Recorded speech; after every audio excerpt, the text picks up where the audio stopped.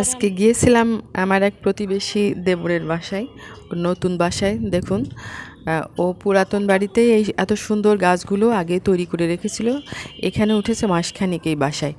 এত সুন্দর, দেখুন কি যে দারুণ। আজকে আসছি এক পাশের বাড়ির এক দেবরের বাসায়, নতুন বাড়ি তো। দেখেন এখন কোন সময়ের আমের মুকুল আসছে, সুন্দর না? অনেক গাছ আছে। দেখেন আমি আজকে শুক্রবার বেড়াতে আসছি, আমি ভাবছি আমার ওই দেবর আছে, কিন্তু নাই, ওর অফিস আজকে শুক্রবারেও। আসুন দেখুন কত সুন্দর গাছ, আল্লাহ দারুণ ধরেছে এরকম গাছ। বেগুন বেগুন দেখছেন কি দারুণ বেগুন। হ্যাঁ, এই যে কি সুন্দর। আসলে ও এরকম গাছগাছালি খুব যত্ন করে বলে এই যে ফল ধরেছে। শৌখিন মানুষ ছাড়া এরকম কেউ করতে পারে না, তাই না? সবারই সুন্দর।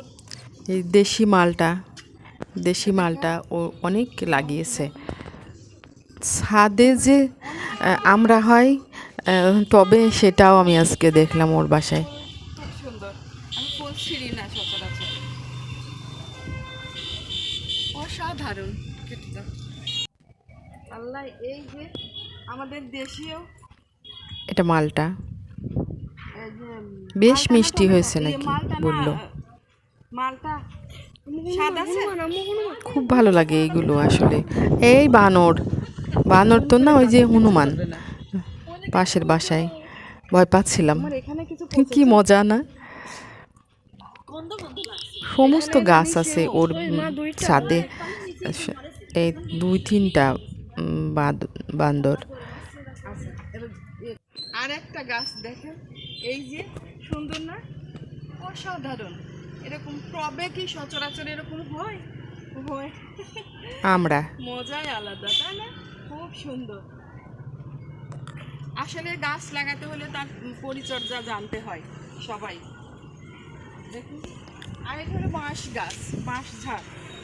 এই যে এটা পানি দিতে হবে, এই গাছে পানি দিতে হবে। এই গাছটা হয়ে গেছে। এই যে এটা মালটা, দেশীয় মালটা, সুন্দর না? প্রত্যেকটা গাছে ফলজ গাছ আছে, বনজ গাছ আছে এখানে, খুব সুন্দর। এই যে